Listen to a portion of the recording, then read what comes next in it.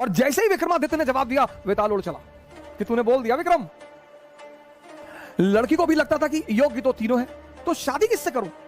बाप और बेटी दोनों बड़े कंफ्यूज थे कि विवाह किससे किया जाए। जैसे ही उसने मंत्र सीखा और भगा वापस गांव की तरफ, और वापस आकर उसने उस युवती को फिर से जिंदा कर दिया।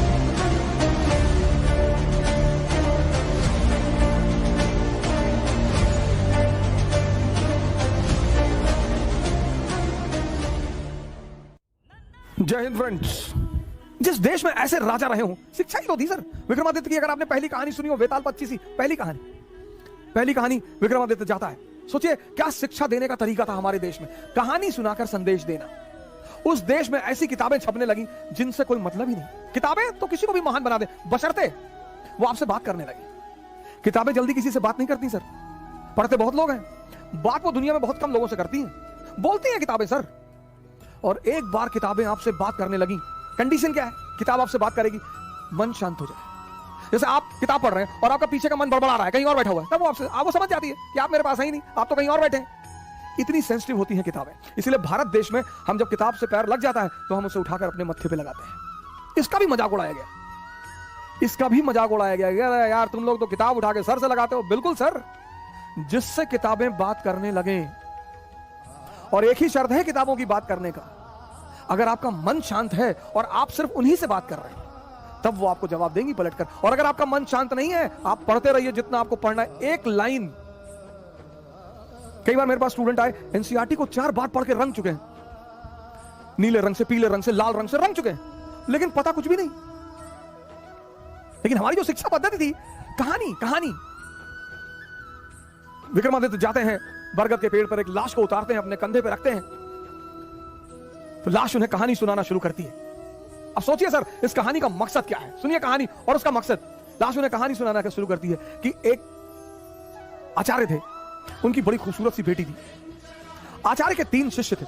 अब देखिए क्या तरीका था पढ़ाने का, संदेश देने का। ये पश्चिम के लोग कहते तुम लोगों ने सिर्फ कहानियां लिखी, उन कहानियों में बाबूजी ऐसी ऐसी बातें लिख दी है ना कि समझ जाओगे तो जिंदगी बदल जाएगी।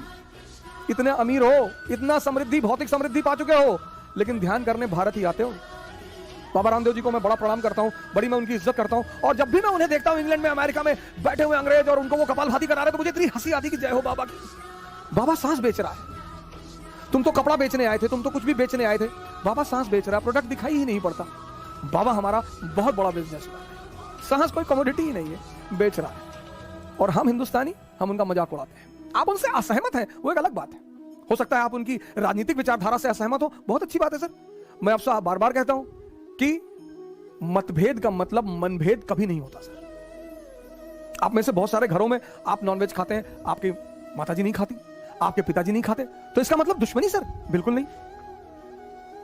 दुश्मनी जब भी होगी तो जब इंटरेस्ट खतरे में पड़ेगा तब दुश्मनी होगी। बेवकूफ जो बेवकूफ है समाज में, वो मतभेद पे मनभेद कर लेता है कि ये मस्जिद में जाते हैं, अरे तो पूजा करने जा रहा है ना, ये मंदिर में जा रहे हैं, जाने दो। तो लाश ने विक्रमादित्य को कहानी सुनानी शुरू की कि एक गांव में एक आचार्य जी रहते थे, उनकी बड़ी खूबसूरत बेटी थी, और उनके 3 शिष्य थे, और तीनों उस लड़की को बहुत प्यार करते थे, और तीनों बड़े योग्य थे।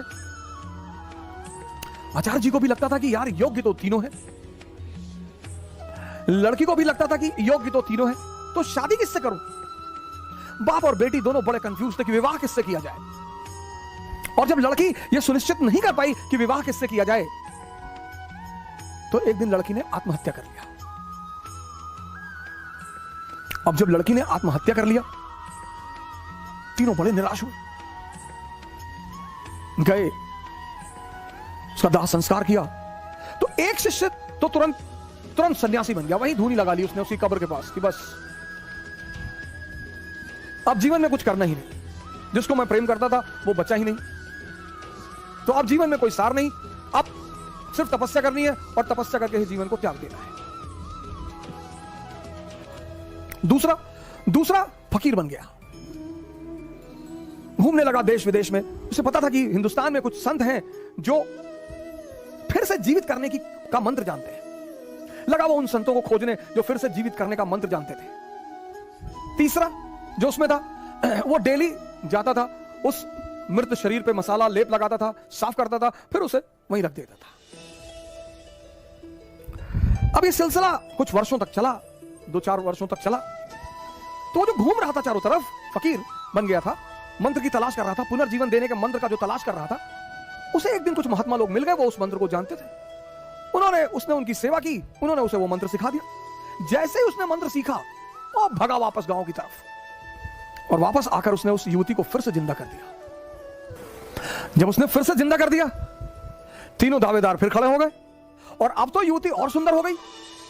तब उस वेताल ने विक्रम से पूछा कि विक्रम बता कि अब लड़की को किससे विवाह करना चाहिए। अगर तेरे मन में उत्तर आ रहा है और तू जवाब नहीं देगा तो तेरे सर के टुकड़े टुकड़े हो जाएंगे, और अगर तूने जवाब दिया तो मैं तुझे छोड़कर चला जाऊंगा। वेताल ने कहा कि अगर तेरे मन में जवाब आ रहे हैं, और ये नेचुरल प्रकृति है, हमारे सामने जब भी कोई परिस्थिति होती है, एक सवाल, एक जवाब मन में आता है कि ये कर ले यार, नेचुरल प्रकृति है, नेचुरल जवाब आना ही है। तो वेताल ने कहा कि देख विक्रम, अगर तेरे मन में जवाब आ रहा है और तूने मुझे नहीं दिया तो तेरे सर के टुकड़े टुकड़े हो जाएंगे, और अगर दे दिया तो मैं चला जाऊंगा। योग्य आदमी भाई, योग्य हो अयोग्य हो, मन में परिस्थिति में अगर परिस्थिति बन रही है तो जवाब आएगा। तो विक्रमादित्य ने जवाब देना शुरू किया। कहा जो मंत्र सीख कर आया और जिसने पुनः जीवन दिया वो पिता तुल्य है। जीवन देना का काम किसका है? पिता का। क्या दर्शन है सर, जीवन देने का काम किसका है? पिता का।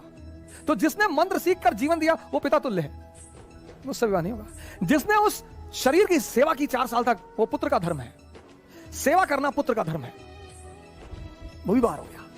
जिसने अपनी ही जिंदगी दांव पे लगा दी, यही प्रेम की कसौटी है, विवाह उससे होना चाहिए।